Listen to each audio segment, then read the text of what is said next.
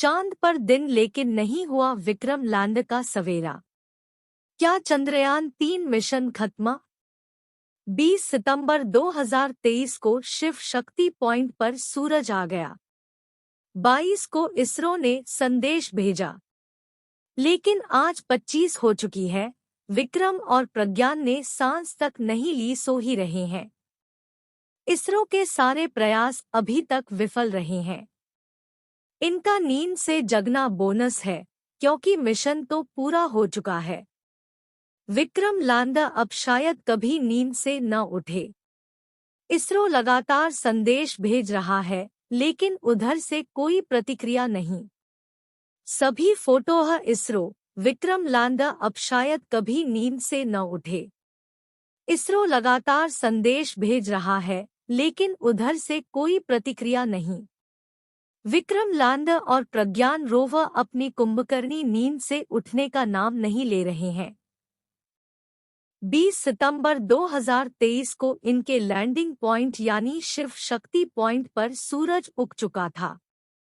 उसकी रोशनी पहुंच गई थी, लेकिन विक्रम और प्रज्ञान की आंखें उस रोशनी से चौंधिया नहीं रही है। ऐसा लगता है कि उनकी सांसें हमेशा के लिए थम गई है।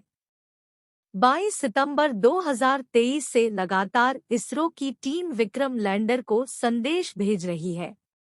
अगले कुछ दिनों तक और संदेश भेजते रहेंगे, जब तक फिर से वहां सूरज अस्त नहीं होता, रात फिर से नहीं आती। लेकिन अब ऐसा लग रहा है कि चंद्रयान-3 मिशन का सफलतापूर्वक अंत हो चुका है। भारत ने दुनिया को जो दिखाना था वो दिखा दिया। बाएं से दाएं। विक्रम लैंडर ने सोने से पहले लगाई थी अपनी आखिरी छलांग। यह उसी समय की तस्वीर है। इसरो ने सफलतापूर्वक विक्रम की लैंडिंग कराई। प्रज्ञान रोवर को 105 मीटर तक चलाया। विक्रम लैंडर ने छलांग लगाकर भी दिखाया। ऑक्सीजन जैसी कई जरूरी गैस और खनिजों की मौजूदगी की पुष्टि हुई है। यह दुनिया का पहला मिशन था जिसने चांद के दक्षिणी ध्रुव पर अपने पैर जमाए थे। चांद पर सॉफ्ट लैंडिंग करने वाला भारत चौथा देश था। ये प्रज्ञान रोवर के पहिए से चांद की सतह पर छूटने वाले निशान का सिमुलेशन, पर असल में ये स्पष्ट नहीं छूटे। सभी फोटो है इसरो। इसके पहले सॉफ्ट लैंडिंग की महारत सिर्फ अमेरिका, सोवियत संघ और चीन के पास थी। जब रात आने लगी तो इसरो वैज्ञानिकों ने विक्रम और प्रज्ञान को सुला दिया। सोने से पहले दोनों की बैटरी फुल चार्ज थी। प्रज्ञान के सोलर पैनल सूरज की तरफ थे, ताकि उगते ही सूरज की रोशनी सीधी उस पर पड़े। उम्मीद थी रोशनी मिलने पर वो फिर से एक्टिव होंगे। यह जानना जरूरी है कि विक्रम और प्रज्ञान दोनों को सिर्फ 14 से 15 दिनों के मिशन के लिए ही बनाया गया था। वो पूरा हो चुका है। उससे ज्यादा समय वो वहां पर बिता चुके हैं। अगर ये जग जाते हैं तो ये किसी वैज्ञानिक चमत्कार से कम नहीं होगा। लेकिन ऐसा होना अब मुश्किल दिख रहा है, क्योंकि -120 से -240 डिग्री सेल्सियस तापमान में इनमें लगे यंत्रों की सर्किट उड़ने का खतरा था। लगता है कि उनके इलेक्ट्रॉनिक पार्ट्स बीती रात की सर्दी बर्दाश्त नहीं कर पाए। सर्दी बर्दाश्त करने वाले हीटर या यंत्र लगाते तो प्रोजेक्ट की कीमत बढ़ जाती। विक्रम लैंडर को जब सुलाया गया था तब उसकी एक सर्किट को जगते रहने का निर्देश दिया गया था, ताकि वो इसरो का 22 सितंबर को भेजा जाने वाला मैसेज रिसीव कर ले। इसरो लगातार संपर्क कर रहा है, लेकिन विक्रम रिएक्ट नहीं कर रहा है। ISRO chief doctor S Somnath ने कहा है कि हमें परेशान होने की जरूरत नहीं है।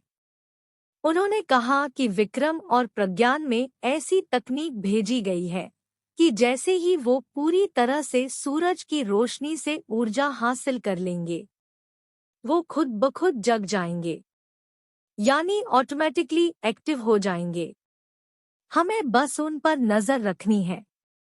अगली बार अंधेरा होने से पहले शिव शक्ति पॉइंट से अच्छी खबर मिल सकती है।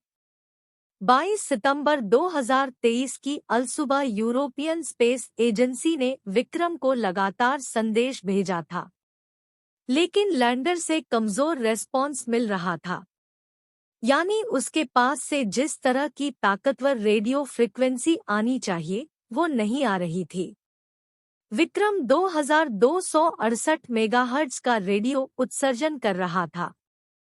यह एक कमजोर बैंड है। चंद्रयान लगातार ऑफ सिग्नल भेज रहा था। चांद से आ रहे सिग्नल कभी स्थिर थे कभी नहीं। विक्रम का ट्रांसपोंडर आरएक्स फ्रिक्वेंसी का है। उसे 240/221 की दर की फ्रिक्वेंसी पर काम करना चाहिए, लेकिन वह 2268 मेगाहर्ट्ज का सिग्नल दे रहा है। शिव शक्ति पॉइंट पर सूरज की रोशनी 13 डिग्री पर पड़ रही है। इस एंगल की शुरुआत 0 डिग्री से 13 पर आकर खत्म हो गई। यानी सूरज की रोशनी विक्रम लैंडर और प्रज्ञान रोवर पर टेढ़ी पड़ रही है। 6 से 9 डिग्री एंगल पर सूरज की रोशनी इतनी ऊर्जा देने की क्षमता रखता है कि विक्रम नींद से जाग जाए। अगर नहीं जग रहे हैं तो उनके अंदर किसी तरह की तकनीकी दिक्कत आ चुकी है।